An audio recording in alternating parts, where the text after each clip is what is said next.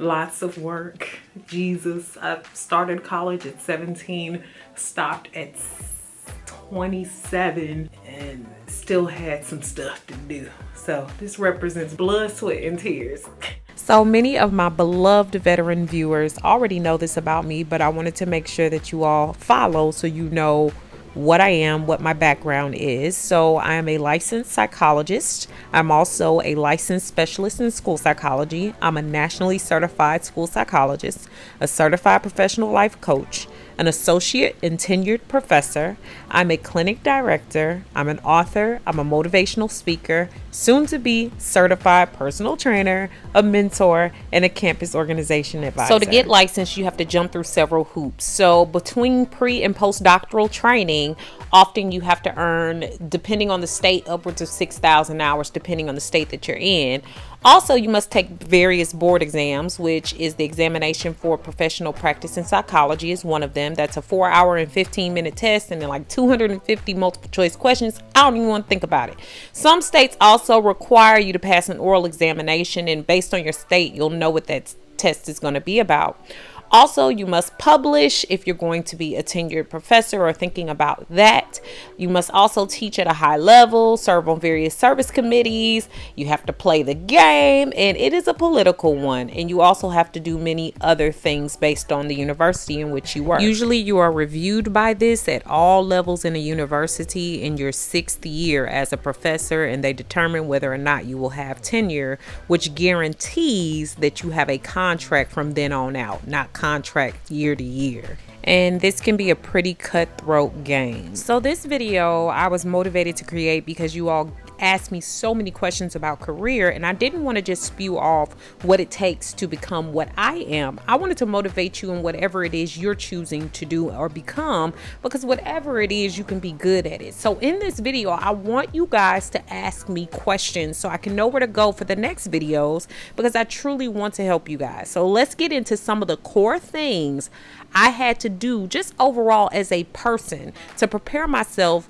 to pick a career and be successful at it at a young age. And now that I've already explained what I do and just a little bit about how I got here, I want to talk about what it takes to figure out your career path and how to stick to that and be successful. So no matter what age you are, this is going to be helpful for you, because these are things you can start to do today. Y'all are going to see me talk about some of my things that I've typed out on my iPad here. Make sure that you comment, share, and also subscribe to this channel and also my vlog channel. Make sure that you come back on all Thursdays and some Sundays for video uploads. Also, make sure you turn on your notifications so that you know when I upload. The first thing is to believe in who and what you are and not to doubt your abilities. First off, I believe I'm a child of God. That let me know that I wasn't meant to be a nobody no matter what circumstances I came from. And for you guys who don't know my circumstances, that I was adopted at the age of 3 months by a single parent mother making $15,000 a year in St. Louis, Missouri. I lived in Berkeley, so if you're from St. Louis, you know about Berkeley. My mother had a high school diploma, but knew that she wanted me to be better and be the best. And she really sold into that by keeping me and herself in church, being prayerful, being thankful, and passing that on to me. That's something that has always kept me motivated, is because I know that I'm meant to do more. I'm meant to be the best at whatever I do. Whatever I touch and put my mind to is going to be successful. So that starts there. If you don't believe in yourself, then other people won't even believe in you. You can't let other people throw you off because of that spirit. A lot of times I was accused of being arrogant, full of myself, because I always understood my potential. Even though it wasn't always there, even though I didn't always succeed, I knew that if I stood steadfast, then I would make it. And I always thought that people didn't understand that. It was hard to put that into words. And when people haven't crossed into their own and come into their own and believe in themselves, it's hard for them to believe in you. Instead of them taking your confidence as something that is positive, that can be inspiring, they look at it as arrogance and being full of yourself. I thank God for everything I have. I'm willing to share the bad and the good, and I always want to help people. I do believe in myself, and I believe that I should believe in myself. I am blessed to just be me right now. I'm not married. I don't have a child. And loving yourself is not a bad thing. So that's the first thing you have to learn.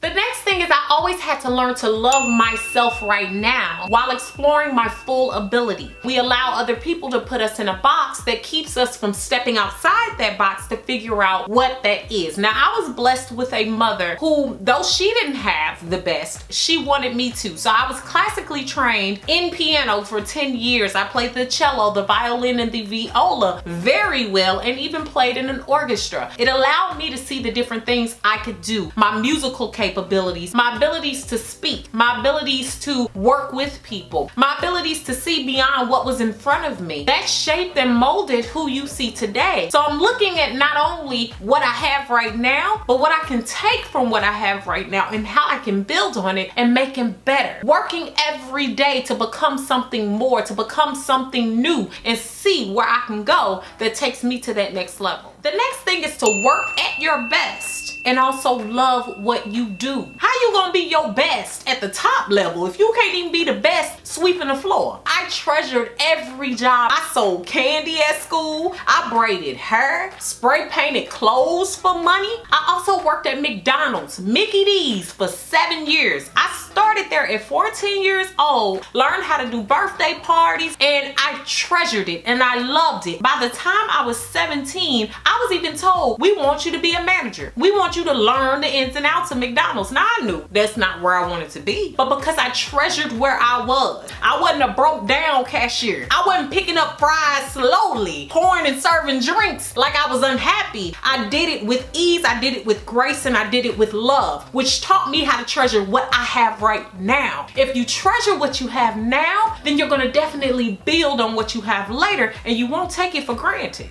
The next thing is be patient. There was no instant degree handed to me. I went to school for 10 years, and that's not even counting my postdoctoral work, which I did for 3 to 4 years. Licensures after that, board exams, all of that. I had to be patient. My time was coming. Who I was becoming was coming, but I had to accept that. And I sat back and I watched others do great things and do what they wanted and be great. I wait for my time. I'm patient. Sometimes it's not your time for winning, and that doesn't mean it's your time for losing, but it just means your time to get your stuff together and do what you need to do in order to be successful. Your definition of success. Realize that your time is coming, and just because other people's time is here doesn't mean that your time is not coming and that it won't be bomb.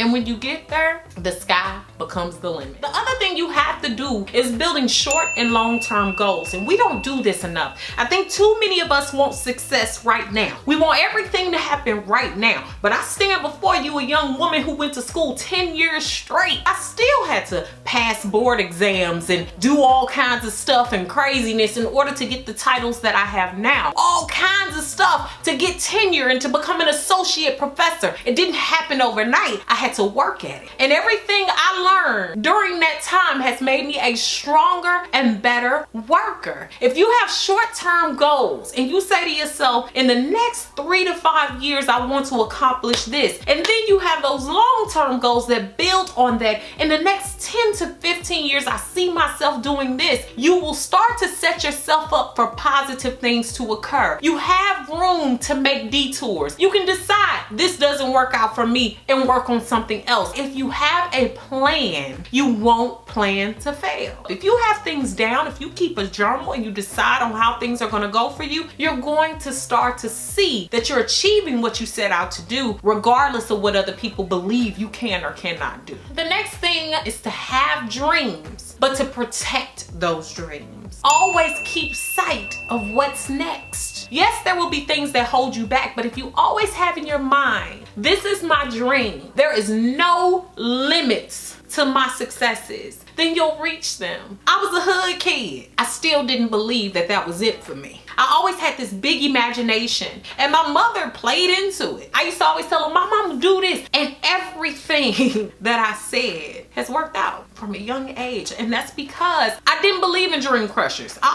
always believed that when people had something to say about me, it was because they just didn't understand. I believe it's something you have to work on, something you have to manifest. It wasn't about haters. It was about people who just hadn't reached their potential, and because they could not believe in themselves and how far they could go, they definitely couldn't believe in how far I could go, but I was gonna show them better than I could tell them. What Jay-Z say, y'all? I cannot base what I'm going to be off of what everyone isn't. And the reason why I continue to hit higher heights is because I believe that. And you've got to believe that too. But with keeping your dreams in mind, you also have to be aware of your reality. And I learned that from P. Diddy. And the thing about learning your reality is also seeing where you are, but realizing how you can flip where you are. So it's good to always be in touch and in tune with what you really have, but not to allow it to deter you from what you want. I knew I had a mama who didn't make that much money. I knew I came from a community that wasn't expected to bear people that became a whole lot in life. And I knew that I was gonna be up against big challenges. I knew that going to school wasn't gonna be easy. I knew I was gonna have to work dang near 15 jobs in order to get through what I needed to get through. I accepted that reality and it pushed me forth to be great. And I know y'all can do the same thing. You just have to think about the long term and also sit through the uncomfortable. Reality sometimes is uncomfortable. It made me stronger, made hard to stay hard. I learned quickly that nothing was worth having if I did not work hard for it. A lot of people ask me now, well, how do you balance everything you do? Because there's no other choice. You always have to look at your reality, but don't let it deter you from looking at what you want and where you want to go. The next thing is a hard one. Realize every day that you're going to fail. It was unrealistic to believe I was always going to win. And I failed time and time again. My first year of college, I had a 0.89 GPA. Somehow I still knew I was gonna become Dr. Nina. That failure taught me what that felt like. But it also taught me how to get back up. You can't be afraid to fail if you want to move forward. And sometimes failures turn into great things. And if failure happens, so what? I got a plan B, C, D, all the way through Z. Do you hear me? And I never thought that I couldn't do something, but I did expect that I might fail on it the first time. And when you have that expectation, it leaves you without being too harmed if failure does occur. So when you're choosing that career, realize that that first one might not work out. My first major did not work out. I ended up spending 5 years in undergrad in order to reach my goal, but that was okay because I am who I am today. I had to go through those failures in order to see and appreciate success. And if you don't have failure, you have nothing to compare the good times to. The next thing also was brought up by P. Diddy. He says be fearless, but also be okay becoming fearful. I jumped 4 states in a very short amount of time to achieve my goals, so I'm very fearless. However, I was fearful. A lot of times I'm like, what if I get down here and I don't even like it? And instantly I was able to tell myself, but you've done so much and you've made bad situations work your whole life. And I had to start thinking like that in terms of my career, is that whatever I chose to do, everything I did somehow turned to positive. So even if I didn't like it, I would find a way to do something that would make me even better. I'm tired of crying in all these videos. You can be fearful, but be fearless. Don't be afraid to jump sometimes. Jump with a plan, but don't be afraid to do what it is you set out to do. The next thing is to learn from and surround yourself with the best. I have friends, family members, and mentors who support me. I also had people in my life at one time who did not support me. They are gone.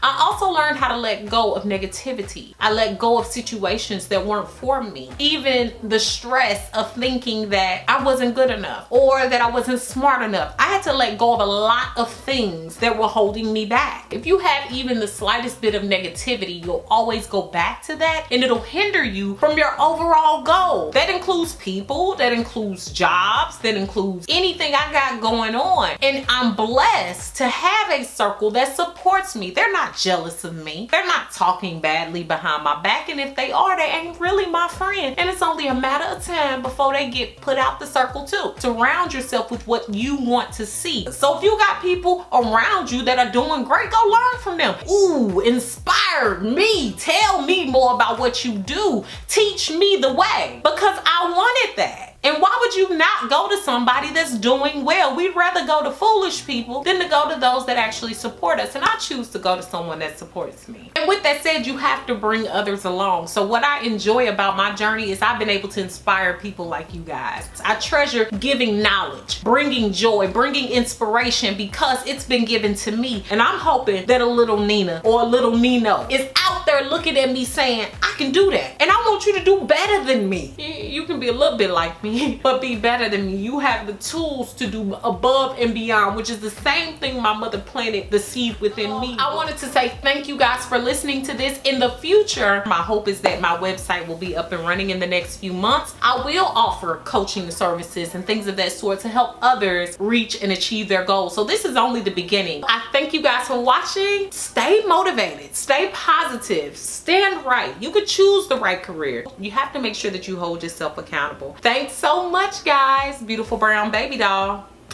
Peace.